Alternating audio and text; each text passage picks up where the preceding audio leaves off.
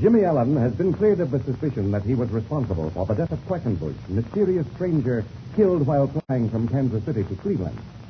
Speed Robertson demonstrated that the pilot of the ship could not have fired the fatal shot while seated in the cockpit. Then Jimmy took up Mr. Haley, special agent investigating the case, and proved that should the pilot leave his seat, the plane would be thrown into a violent left turn, making the accurate aiming of a rifle impossible. Jimmy believes he can prove how Quackenbush was killed, and the inquest will be held open until the young pilot is given a chance to demonstrate his idea. We now find Jimmy, Speed, and Mr. Haley seated in an office on the airport. Well, boys, you should feel better. Now. Got a port, I'll turn in now. Got a port, I'll turn in now. The inquest will absolutely clear you. Jimmy. You don't know how good that makes me feel. Yeah, me too, Jim. Well, you can thank yourselves for getting out of this fix. I tell you, it looked mighty bad for Jim right from the start. And then the clouds got a lot darker when Dawson introduced his evidence about the mining stock. Can you imagine that, Cook? Planting a package of securities in your traveling kit, and then trying to make a trade with it. But if we tell him where Whitcomb was, he'd say they weren't the stock sold to Quackenbush. Yeah, I wish we did know where we could lay our hands on Whitcomb. Boys, this fellow Dawson's a bad actor. I haven't figured out quite where he fits into this picture, but he's in it for no good, I can tell you that. You'll bear watching. I have some hope on Dawson that will interest you fellas. Say, let's have it. Well, when he gave us that cock and bull story about meeting Quackenbush in Australia, I transmitted that information to Washington, and they shot out a massive radiogram. You G-men sure don't fall asleep on the job. Well, we don't claim to be the greatest detectives in the world, but there are very few crooks that get away from us. Hey, that's no joke. But what information did you get on Dawson? Well, the police of Melbourne, Australia notified us that the mining company, the stock of which Dawson claims he sold to Quackenbush, is a worthless promotional scheme, and the stock isn't worth the paper it's printed on. Uh-huh. That's interesting. And furthermore, the man who promoted this mining company was named Hathaway, but he answered the description of Dawson, and is known to be a crack airplane pilot. You don't say. A pilot, eh?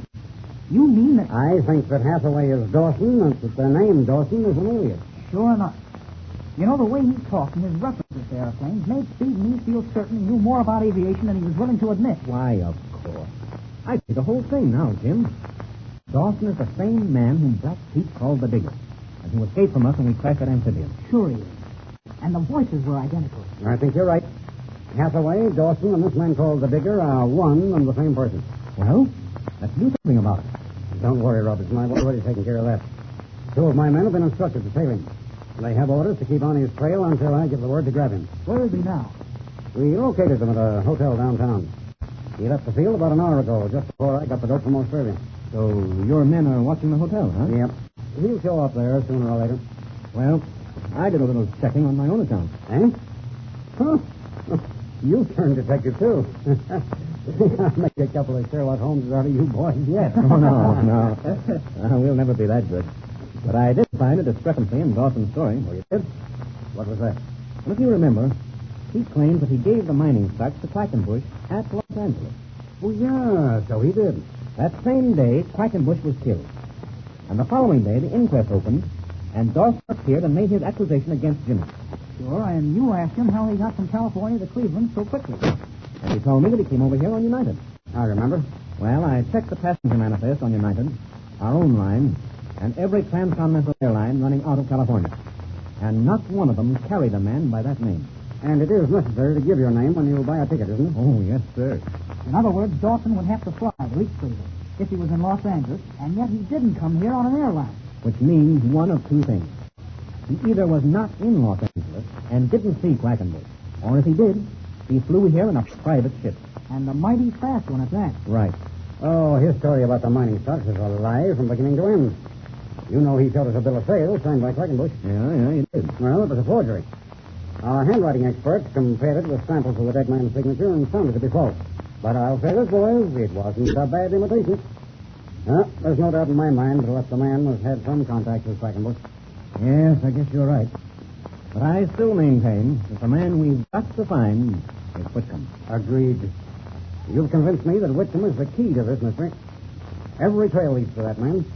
It may twist and turn a lot, but it always ends at a blank wall with the name Whitcomb written in large letters. And just to think we missed him by just a couple of bucks. Wait a minute, let's see who this is. Come in. Mr. Haley in here? Yeah, right here, son. What do you want? I got a letter for you. Oh, okay. Thanks. It came to the airport, post office just a few minutes ago, and they said you were down here. All right, much obliged, son. It's all right. A letter from Baltimore. Well, I'll see what it is.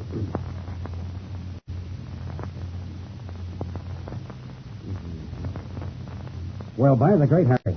Startling news? I'll say it's news. This letter is signed by Ezra Whitcomb. Ezra? It's signed by Ezra Whitcomb, and here's what he says. Go ahead and read it. Mr. Haley, government agent, Cleveland Flying Field, Cleveland, Ohio. Dear sir, I see from local papers Quackenbush murdered, and they blame flyer named Jimmy Allen. This fellow isn't much of a writer. I can hardly make it out. Come on, go on. What else did you say? I know who done this job, I think. It was not that fellow Allen flying the machine. I know why Quackenbush was killed, and someday I'll tell. That's it. There ain't no use looking for me. And it's signed Ezra Whitcomb. Well, I'll be knocked for a triple loop. Can you beat that? Now, let's see the envelope. When was it mailed from Baltimore? Yesterday afternoon. All right, what do you make of this, fellas? That proves just what we were talking about. Whitcomb knows who killed Quackenbush and why it was done. Yeah, but if he knows all that, why doesn't he come here and tell his story? Yes, I had that question on the tip of my own tongue. If he knows, why doesn't he tell us? He's hiding out for some reason or other. Fellas, there's a lot of angles to this case that are still in the dark. Now, just give this a moment's thought. Blackfeet's looking for Whitcomb. Dawson is looking for him. Whitcomb knows who killed Quackenbush. He knows that an innocent man is accused of the crime. He refuses to give himself up. But yet it's decent enough to write this letter to clear Jimmy. Yes, well, no crook would do that, boys. The fellows we deal with in my business are rats and snakes. They roam the streets with a gun in their hand and murder in their heart. And if they could get an innocent man to take the rap, for them, they'd figure it was a smart piece of business. If that's the case, this letter would indicate that Whitcomb is not a crook. You're right. And I would judge from this handwriting that he was an old fellow and not particularly well educated. Oh, yes. The landlady in Boston told us that he was old. We've got to find that old fellow to clean up this gang. This is Jimmy Allen speaking. Mr. Haley, he's right here. Just a moment. It's for you, Mr. Haley. All right, thanks, man. Haley talking. What? How long ago? Oh, man, that's bad.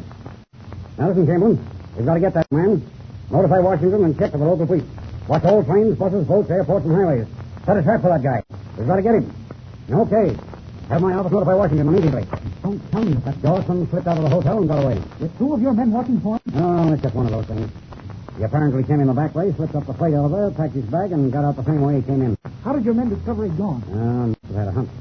They got a key to his room, let themselves in, and his clothes and traveling bag had disappeared. Oh, this is tough luck. Yeah, the fellow must have smelled a rat. He probably figured that his bluff to implicate Jimmy wasn't going to work, and he might have been suspicious of the fact that he was being followed. If only we could have nabbed him when he was out here. Yeah, that's just what I didn't want to do. Keeping a man on him without his realizing it, he might have led us right to some important evidence. Do you think this will pick him up? Oh, it's hard to tell, Robert. A lot of luck in this business, you know. Some of it's good and some of it's bad. No, I guess you get that in the flying game, too, don't you? Oh, yeah, sure, of course I do. And you'll have to take the bad with the good. But what about this inquest now? Well, nothing much to it now. It'll be closed just as soon as Jimmy puts on his show for us. Say, what is this idea of yours anyway, kid? Well, gee, it's so wild, I'm afraid to tell you, Speed. You'll know in a few minutes. 2 ships ought to be ready soon now. Well, I don't know what your idea is, but it can't be any wilder than a lot of things that have happened in this case. Well, if you can show us how Quackenbush was killed, it'll be a step in the right direction, that's sure. I can't make any promises, but I think you're going to get a surprise. A surprise, eh? You're not surprising me. I'm looking for anything to happen. You know, a man who orders out 2 airplanes, a dummy filled with straw, and a 30-30 rifle. Seems like a magician. He must have something up his sleeve. Well, it sounds crazy, I know, fellas. But you wait until you see it. Well, all All right. right, we'll wait. Hey, listen. There's one of the ships now. Well, they must be all ready for you. Let's see. Yeah, that's right. Come on, let's go. Unless I'm badly mistaken, you're going to find out how Quackenbush was killed. They hear from Whitcomb, and Dawson slips out of a government trap. But let's listen to the next Jimmy Allen Air adventure and see if the young pilot can prove how the crime was committed.